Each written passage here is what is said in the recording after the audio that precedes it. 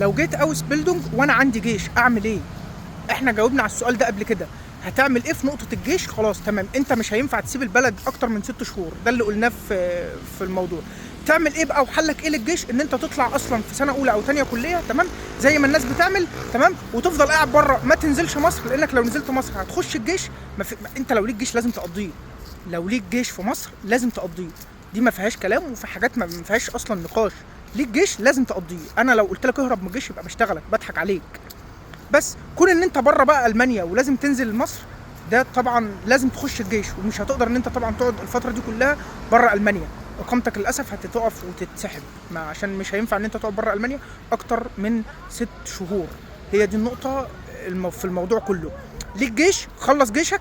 ومش لو انت مش هتعرف ان انت تقعد فتره كبيره مثلا اكتر من 5 6 سنين بره مصر بدون نزول، خلص جيشك وتعالى المانيا، خلص جيشك وسافر. لازم تدخل الجيش ولازم تقضي خدمتك المدنيه، لازم وحتما ولابد. اي حد يقول لك ما تقضيش الجيش وما تخشش الجيش، ده بيشتغلك وبيكذب عليك وبينصب عليك من الاخر. خلص جيشك وسافر، خلص جيشك وسافر، دي نصيحتي ليك.